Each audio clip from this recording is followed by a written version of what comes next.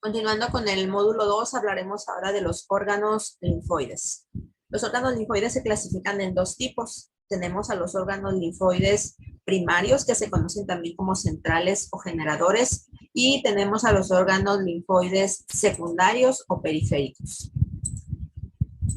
En clases pasadas les había comentado que el sistema inmunológico se encuentra descentralizado, lo que significa que las células del sistema inmunológico no se encuentran localizadas en un solo órgano, en un solo tejido, sino que se encuentran en diferentes zonas o en diferentes regiones del organismo. Bueno, pues en condiciones normales, las células del sistema inmunológico se encuentran circulando en la sangre, en la linfa, están distribuidas en casi todos los tejidos del cuerpo, y esto es muy importante para la generación de las respuestas inmunológicas. Estas células van a formar grupos anatómicamente muy bien definidos y altamente organizados en los órganos linfoides, pero también podemos encontrar a estas células del sistema inmunológico solamente diseminadas en algunos tejidos y sin mayor grado de organización. Los órganos linfoides se clasifican en dos tipos de acuerdo a su función. Tenemos a los órganos linfoides primarios, centrales o generadores, que son los sitios donde se generan y alcanzan la madurez fenotípica y funcional todas las células del sistema inmunológico. Los órganos linfoides secundarios o periféricos son sitios donde se van a iniciar y se van a desarrollar las respuestas linfocíticas ante los antígenos extraños. Las respuestas inmunológicas de los linfocitos no se inician ni en la sangre ni en los tejidos infectados, sino que se llevan a cabo en los órganos linfoides secundarios. Ahí se les proporcionan a los linfocitos todas las condiciones necesarias para que se lleve a cabo el reconocimiento del antígeno y la fase de activación de la respuesta inmunológica adaptativa, es decir, las dos primeras fases. Ya una vez que los linfocitos estén activados, que ya se hayan diferenciado en células efectoras, entonces sí van a poder dirigirse a los sitios de infección, en el caso de los linfocitos T efectores, y en el caso de las células plasmáticas, estas pueden dirigirse a la médula ósea, y desde ahí, desde la médula ósea, pueden seguir produciendo y secretando anticuerpos específicos para los antígenos. Esos anticuerpos van a llegar hasta los sitios de infección, y ahí en el sitio de la infección los anticuerpos ya van a eliminar al antígeno por opsonización, por neutralización, por ADCC, o bien van a llevar a cabo la activación de complemento por la vía clásica. Bueno, aquí tenemos una imagen donde observamos nuevamente la clasificación de los órganos linfoides. Aquí están los primarios, aquí están los secundarios. Dentro de los primarios encontramos a la médula ósea y al timo. La médula ósea es el sitio donde se van a producir y o madurar prácticamente todas las células del sistema inmunológico. Aquí en la médula ósea es donde se lleva a cabo la etapa inicial del proceso de maduración de los linfocitos B. El timo, que es otro ejemplo de órgano linfoide primario, es el sitio en donde se va a llevar a cabo la maduración completa de los linfocitos T. Como órganos linfoides secundarios tenemos a los ganglios, al vaso, al sistema inmunitario cutáneo y al tejido linfoide asociado a mucosas, que se abrevia como MALT. Estos son ejemplos de órganos linfoides donde los linfocitos maduros, porque ya se maduraron acá, pero vírgenes, son activados por el antígeno, ya que en estos sitios se concentran tanto los antígenos que entran por diferentes partes del organismo, como las células presentadoras de antígeno y los linfocitos vírgenes. Aquí es importante resaltar que la composición de los órganos linfoides secundarios no es fija. Eso quiere decir que no van a ser siempre los mismos linfocitos, por ejemplo, los que van a estar en el ganglio linfático, sino que unos entran, otros salen. ¿Sí? Eso quiere decir que la composición no es fija. Los órganos linfoides, como pueden verlo aquí en esta imagen, se dividen como en dos tipos, ¿no? Aquellos como los ganglios y el vaso, que son órganos que están encapsulados, es decir, están delimitados o rodeados por una cápsula y que están altamente organizados. Y aquellos tejidos como el sistema inmunitario de piel o de mucosas, en donde los linfocitos no están encapsulados ni tampoco están tan bien organizados como en el caso de los ganglios y el vaso. Empezaremos con los órganos linfoides primarios. la médula ósea y el timo, enfocándonos en linfocitos. Bueno, pues el proceso de maduración de los linfocitos B en la médula ósea y de los linfocitos T en el timo sabemos ya que consiste en la adquisición del BCR o del TCR. Del timo, los linfocitos T salen con su receptor ya funcional, ¿no? Y la maduración de los linfocitos B en la médula ósea es casi completa. Solo que para que un linfocito B esté completamente maduro se requiere la coexpresión de dos clases de anticuerpos o BCRs en su superficie. De la médula ósea, el linfocito B va a salir con una clase de receptor y luego se va a dirigir al vaso y ahí va a llevar a cabo la coexpresión de los dos receptores que requiere para considerarse un linfocito B completamente maduro. Hacemos médula ósea. Bueno, sabemos que la médula ósea es el sitio donde se lleva a cabo la hematopoiesis y la hematopoiesis al inicio de la gestación se lleva a cabo en el saco vitelino. Al tercer mes, más o menos, ese papel lo asumen el hígado y el vaso y en el séptimo mes de la gestación será la médula ósea la encargada de dicha función. Después del nacimiento y en la etapa adulta, la hematopoiesis ocurre principalmente en la pelvis, en las costillas, en el cráneo, en las vértebras, en el externón. El hígado y el vaso en la etapa adulta pueden retomar esa función hematopoyética en caso, por ejemplo, de una demanda extraordinaria de células sanguíneas, como por ejemplo que la médula ósea esté alterada o que haya una hemorragia importante o alguna otra enfermedad. Aquí observamos estructuralmente cómo es la médula ósea. Es una red esponjosa que está situada entre trabéculas, estas son las trabéculas, está situada entre trabéculas largas. Estos huecos que existen en la médula ósea tienen precursores de las células sanguíneas, tienen células grasas y tienen fibroblastos. Además, distribuidos por toda la médula ósea, también vamos a encontrar pues aquellas células plasmáticas que dijimos que se generaban en los órganos linfoides secundarios, pero que se venían a vivir acá y desde aquí producían y secretaban anticuerpos. También linfocitos de memoria pueden venirse a vivir a la médula ósea, además de que aquí en la médula ósea residen una gran cantidad de macrófagos.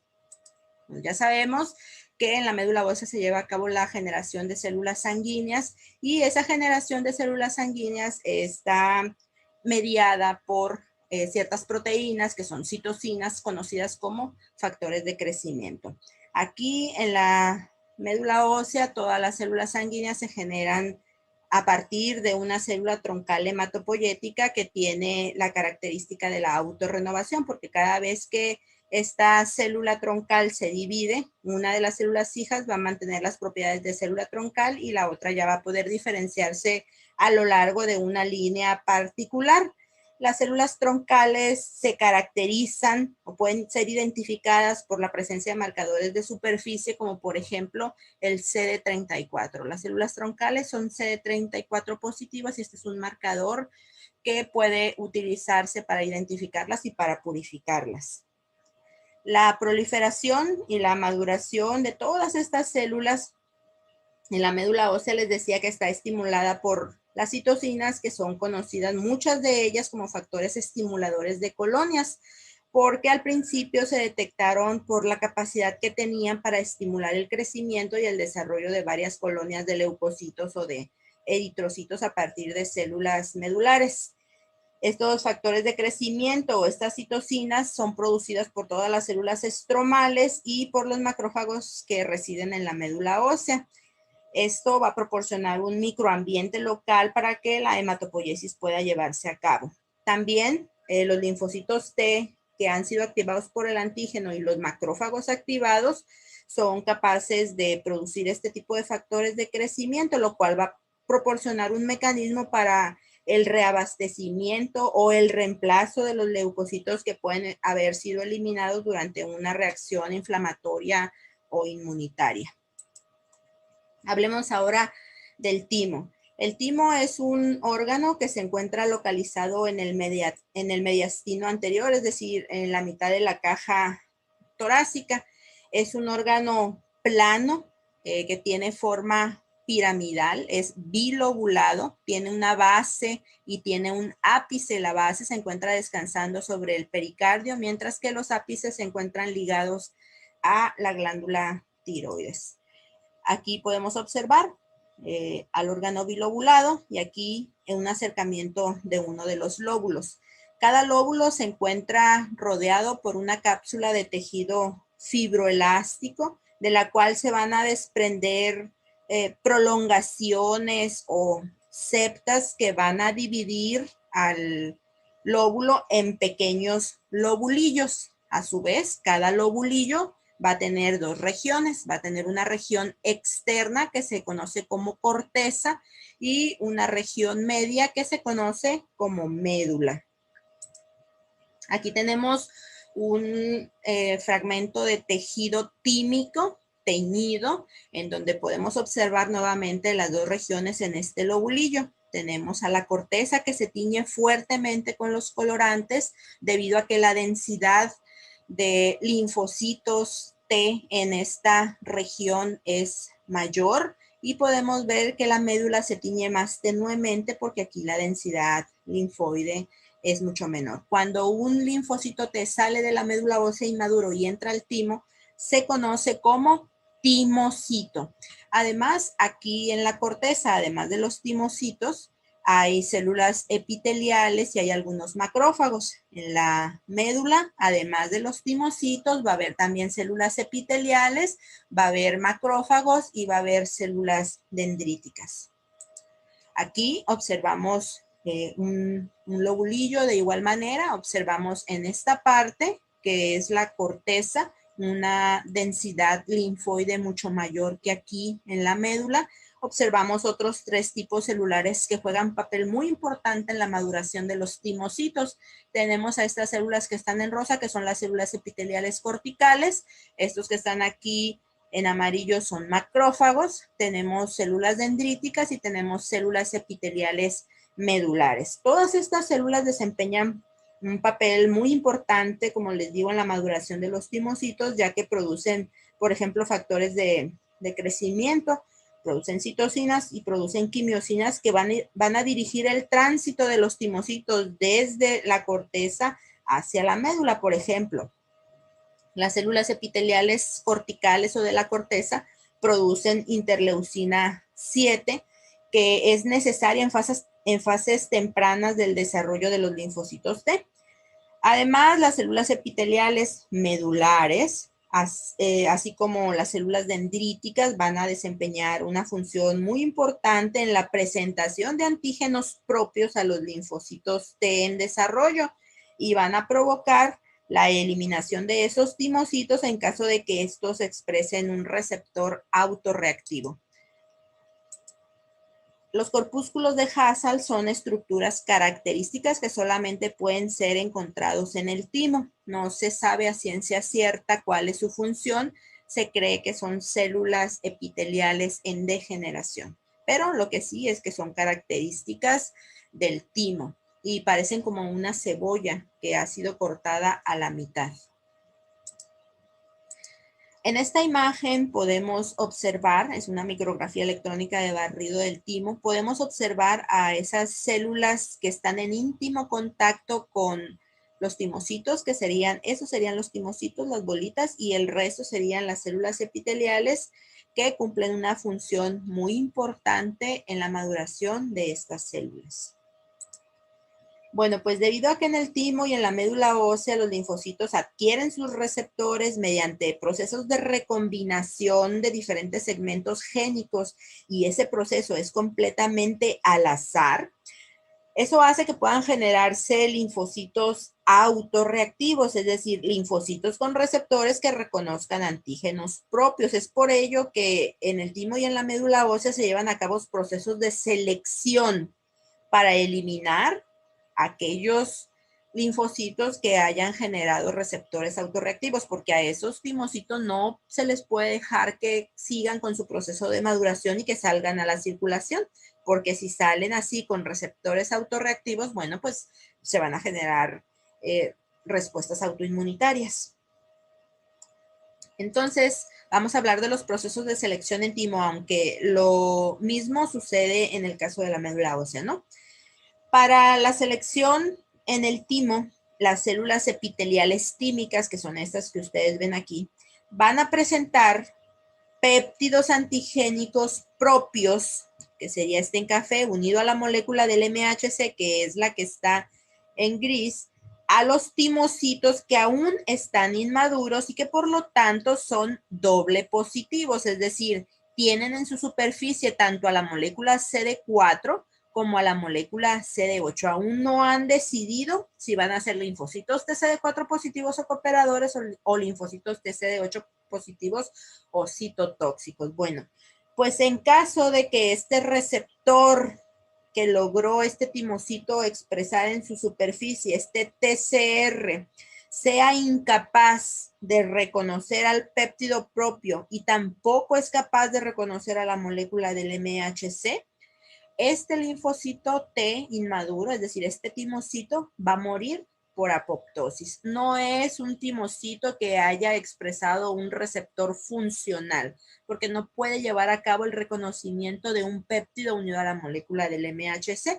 Y si esto madura y sale a la circulación, pues allá en la periferia no va a poder llevar a cabo el reconocimiento de péptidos extraños unidos a las moléculas del MHC porque no fue capaz de reconocer a la molécula del MHC.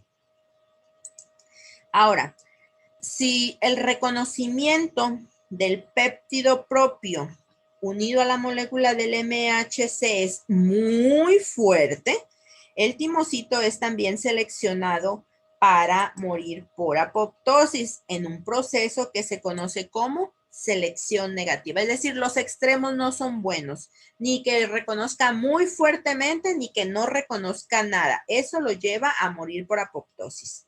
Ahora, si el reconocimiento del complejo molécula del MHC péptido propio es débil, entonces el timocito va a recibir una señal de sobrevivencia, es decir, hay reconocimiento por parte del receptor del timocito, pero no es tan fuerte, esa señal es débil, o sea, no lo va a llevar a la activación, es solamente una señal para sobrevivir. Entonces el timocito sigue con su proceso de maduración y se convierte en un timocito simple positivo, es decir, o CD4 o CD8. Si decide ser CD4 o cooperador, bueno, pues entonces ya no va a expresar al CD8 y viceversa. A este proceso de rescate de la apoptosis y la conversión del timocito a simple positivo se le conoce como selección positiva. Como conclusión, podemos decir que en el timo, los linfocitos T van a finalizar su proceso de maduración y van a conformar su repertorio inmunológico mediante procesos de selección negativa y positiva. Esto es un proceso que es un proceso muy difícil, ya que más del 95% de los timocitos que están en el timo van a morir o van a ser inactivados porque no lograron expresar un receptor funcional o porque expresaron un receptor que es autorreactivo.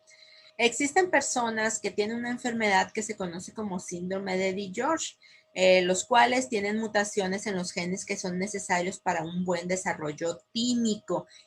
El equivalente en los animales de experimentación se conocen como ratones nunú o ratones desnudos porque no tienen pelo.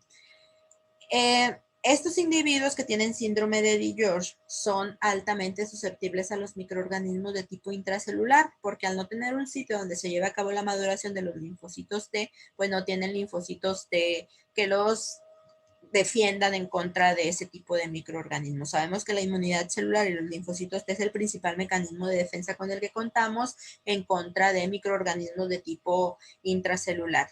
Los ratones nunú, que son atímicos y que tampoco tienen linfocitos T maduros, se utilizan mucho para conocer el papel que desempeñan los linfocitos T en ciertas infecciones.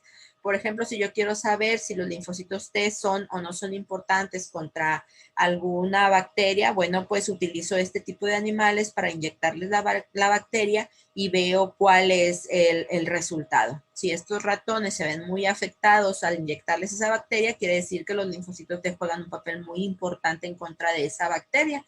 Y en el caso contrario, bueno, pues entonces los linfocitos T no tienen participación importante en la defensa contra esa bacteria. El timo es un órgano que involuciona tanto en tamaño como en función. Es decir, conforme nuestra edad aumenta, el timo va disminuyendo su tamaño y su función.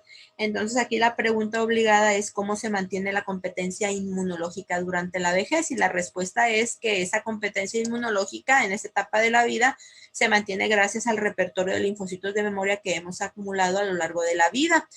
Hay alguna otra teoría que dice que cuando hay una necesidad importante de linfocitos T, se reactiva ese vestigio de timo que nos queda para poder llevar a cabo la maduración de linfocitos. Y otra hipótesis es que puede haber sitios de maduración diferentes al timo que puedan colaborar en este tipo de requerimientos.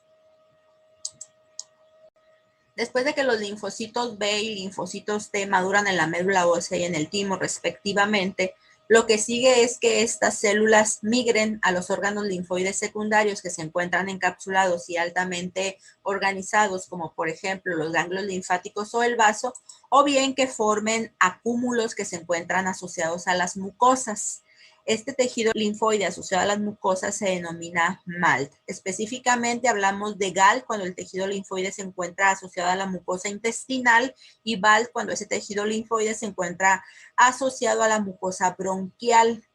Hablamos de SALT cuando es tejido linfoide asociado a piel. Bueno, pues estos órganos linfoides secundarios, sean encapsulados o no, son muy importantes para que el sistema inmunológico resuelva varios retos importantes que se le presentan. ¿Cuáles son esos retos? Bueno, el sistema inmunológico debe de ser capaz de responder a cantidades pequeñas de una gran cantidad de antígenos que pueden entrar a nuestro cuerpo por cualquier parte. Ustedes ya saben que las clonas específicas para los antígenos, aunque son muchas, se encuentran formadas por un número reducido de linfocitos. En estas condiciones sería muy difícil que el antígeno que entró quizá en pequeña cantidad pueda ser reconocido por un linfocito que de igual manera está en un número reducido. Los órganos linfoides secundarios son sitios en donde van a ser concentrados todos los antígenos que entren a nuestro organismo por cualquier parte. Y además, la vía de recirculación favorita de los linfocitos vírgenes específicos para los antígenos es precisamente ir a los órganos linfoides secundarios, y de esta manera se facilita el encuentro entre el antígeno y el linfocito específico para ese antígeno. En los órganos linfoides secundarios, gracias a esa concentración del antígeno y a que es la vía de recirculación predilecta por los linfocitos vírgenes, y que además a esos sitios también van las células presentadoras de antígeno, bueno, pues se optimizan o se dan todas las condiciones que son necesarias para que se lleven a cabo las dos primeras fases de la respuesta inmunológica, que son la fase de reconocimiento antigénico y la fase de activación de los linfocitos. Los órganos linfoides secundarios, como vimos atrás, pues son los ganglios linfáticos, el vaso, que ambos son órganos encapsulados y muy bien organizados, pero también son órganos linfoides secundarios donde se inician y se desarrollan respuestas inmunológicas adaptativas, los acúmulos de linfocitos asociados a la piel o los acúmulos de linfocitos que se encuentran asociados a las mucosas. Estos órganos linfoides secundarios poseen dos características importantes. Una es que solamente contienen linfocitos maduros y la otra es la compartimentalización. Eso quiere decir que aunque estos órganos tienen tanto a linfocitos T como a linfocitos B, estos se van a encontrar divididos en áreas diferentes. Es como decir que viven en la misma casa, pero habitan diferentes cuartos. El sistema linfático es un sistema que es análogo al sistema circulatorio, solamente que en lugar de vasos sanguíneos, pues hay vasos linfáticos. En lugar de que por esos vasos circule sangre en el sistema linfático, en los vasos linfáticos va a circular la linfa, y en lugar de órganos como el corazón, pues aquí los órganos o los tejidos son los ganglios linfáticos. La función del sistema linfático es devolver a la sangre todo ese líquido plasmático que abandonó a los capilares sanguíneos para bañar o para permear a los tejidos.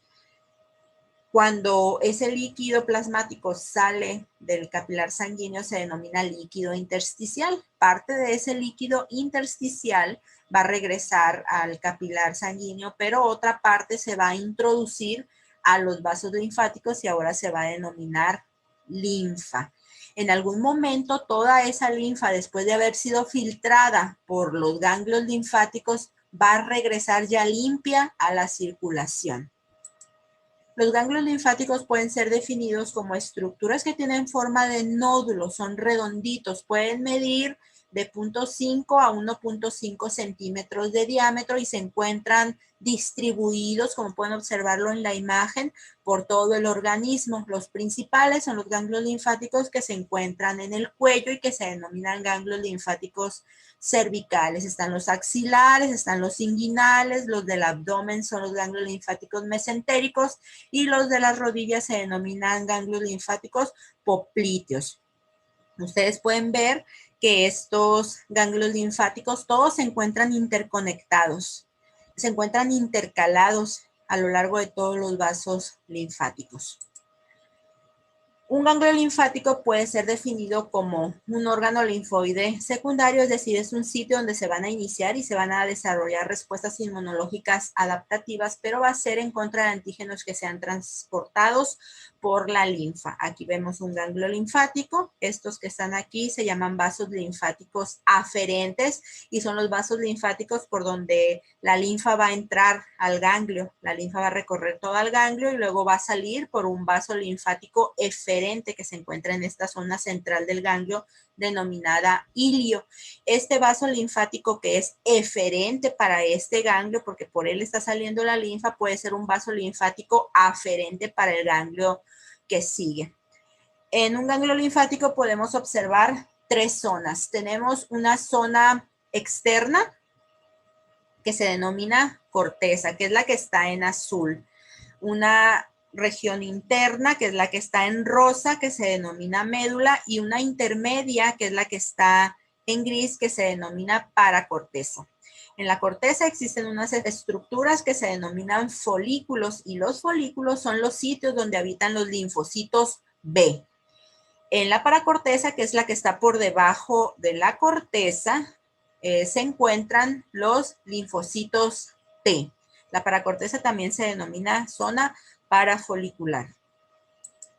En esta imagen observamos nuevamente la estructura de un ganglio linfático. Aquí observamos la cápsula y vemos cómo esa cápsula es perforada en diferentes sitios por los vasos linfáticos aferentes, que es por donde va a entrar la linfa. Los linfocitos pueden penetrar al ganglio a través de la linfa y a través de la linfa también puede llegar hasta este ganglio antígeno. Ese antígeno puede llegar soluble, puede llegar así solito, o puede llegar dentro de las células dendríticas. Recuerden que las células dendríticas estaban en el tejido y cuando entró antígeno lo capturaron. Luego esas células dendríticas se desprendió del tejido y entró a un vaso linfático para llegar a este ganglio y poder hacer la presentación de ese antígeno a los linfocitos vírgenes que llegan hasta este sitio. Les digo que los linfocitos pueden entrar al ganglio a través de la linfa, pero también pueden entrar al ganglio a través de la sangre. Y específicamente, los linfocitos entran al ganglio a través de las vénulas de endotelio alto. Esas vénulas de endotelio alto se denominan así por su tamaño, son más voluminosas que el resto de las células endoteliales. Aquí ustedes pueden observar las células sanguíneas que se encuentran circulando. Cuando llegan a la vénula de endotelio alto, así como se salen las células para acudir a los sitios de infección, así los linfocitos vírgenes se van a frenar y luego se van a salir para entrar al parénquima del ganglio linfático. ¿Por qué se frenan los linfocitos vírgenes? Bueno, pues porque ellos sobre su superficie tienen una molécula de adhesión que se denomina selectina L. Y en las vénulas de endotelio alto se encuentra el ligando para la selectina L. Es por eso que los linfocitos vírgenes, cuando pasan por esta vénula de endotelio alto, se van a frenar, van a empezar el rodamiento y posteriormente se van a salir por la unión que exista entre dos células de endotelio alto y van a acceder al parénquima del ganglio. Aquí tenemos un corte histológico de un ganglio linfático. Vamos a ver nuevamente su estructura. Sabemos que esta región de aquí se denomina corteza y sabemos que en la corteza se encuentran los folículos, que son las zonas de linfocitos B. Existen dos tipos de folículos. Existen los folículos linfáticos primarios, que son estos que están aquí, y los folículos secundarios, en los cuales ustedes pueden observar un halo central blanquecino que se conoce como centro germinal y que indica la presencia de un centro germinal en un folículo secundario. Indica que los linfocitos B que están aquí se encuentran activados por el antígeno y es por eso que se forma este halo central blanquecino denominado centro germinal. Aquí en la médula hay macrófagos y hay células plasmáticas que se generan después de la activación de estos linfocitos B. Es decir, una vez que hay diferenciación aquí a célula efectora de los linfocitos B, van a migrar hacia la médula. En la paracorteza, que sería la región intermedia entre la corteza y la médula, se encuentran los linfocitos T. Las células dendríticas foliculares, que son las encargadas de presentarle antígeno a los linfocitos B, pues se encuentran en los folículos y de ahí su nombre de célula dendrítica folicular. Mientras que en la paracorteza, que es el sitio, en donde se encuentran los linfocitos T, a este sitio, cuando entren las células dendríticas al ganglio, las interdigitantes se van a dirigir hacia la paracorteza porque ellas necesitan presentarle el antígeno a los linfocitos T. ¿A qué se debe la compartimentalización en los órganos linfoides secundarios? Es decir, ¿a qué se debe que los linfocitos B se encuentren en los folículos en la corteza y que ahí se encuentren las células dendríticas foliculares? ¿Y cómo es que los linfocitos T se encuentran localizados en la paracorteza? ¿Y por qué las células dendríticas interdigitantes, cuando entran al ganglio, saben que deben dirigirse a la zona de los linfocitos T, es decir, a la paracorteza? Bueno, todo esto se lleva a cabo gracias a la existencia de quimiosinas y de receptores para quimiosinas. Los linfocitos B, que son los que se encuentran aquí en los folículos, tienen un receptor que se conoce como CXCR5. Este receptor es específico para las quimiosinas CXCL13.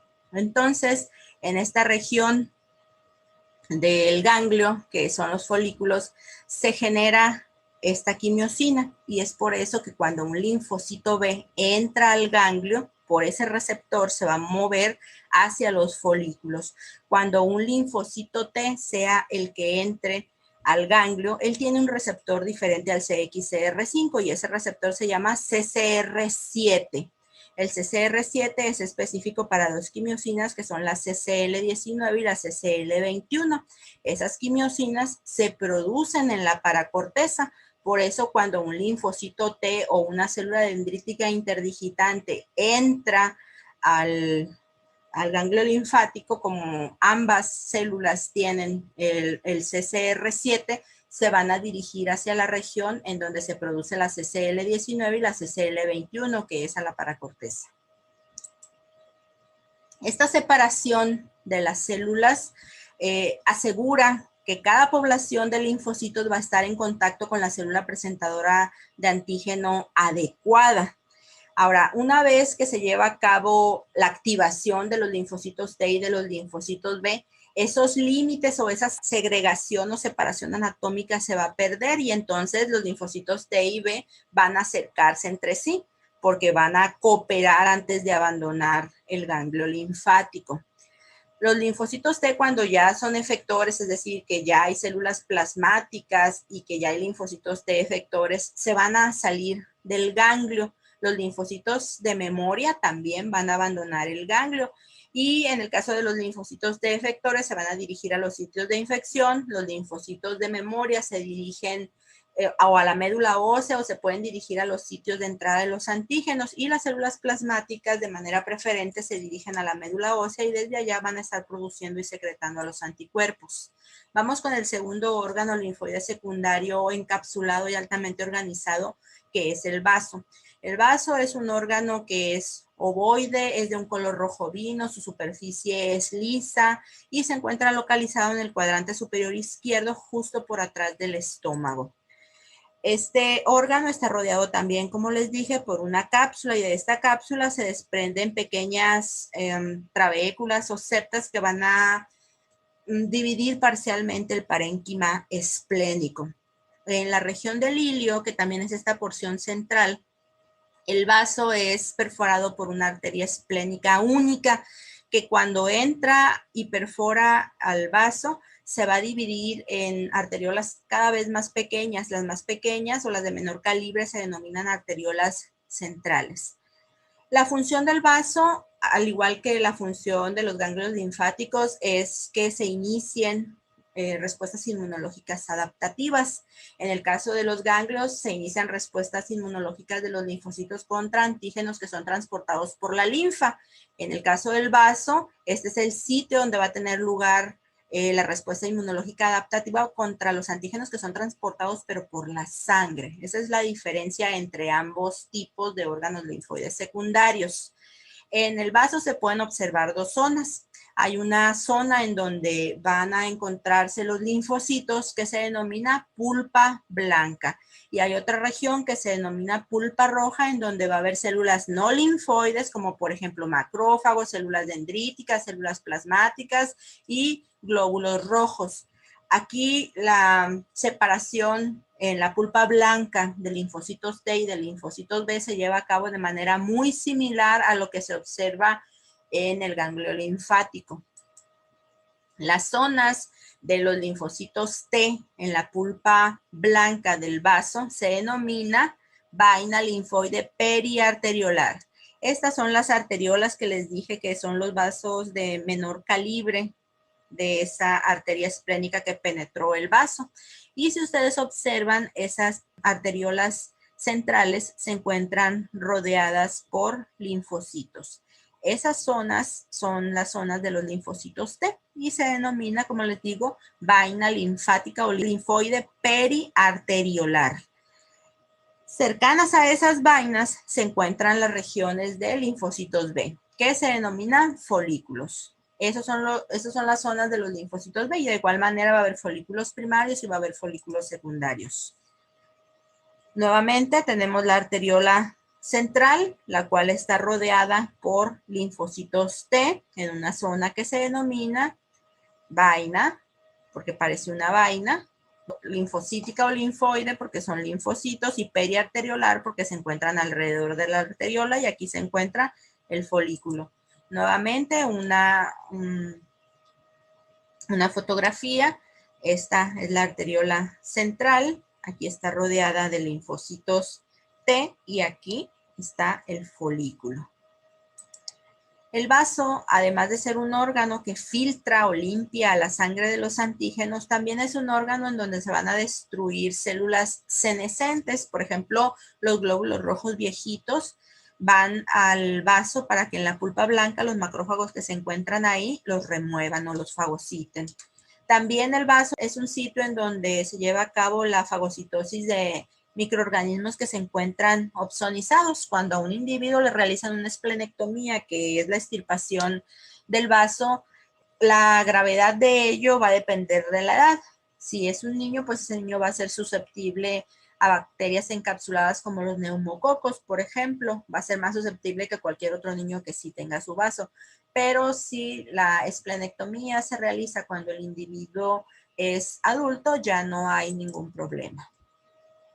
Bueno, dijimos que además del vaso y de los ganglios hay otros tejidos linfoides que se encuentran no encapsulados y que se encuentran menos organizados, y que esos sitios son sitios por donde entran una gran cantidad de antígenos, por ejemplo, la mucosa respiratoria, la mucosa digestiva. Entonces, son sitios muy, muy importantes que deben estar generando respuestas inmunológicas de linfocitos en contra de todos esos antígenos que penetren por el organismo.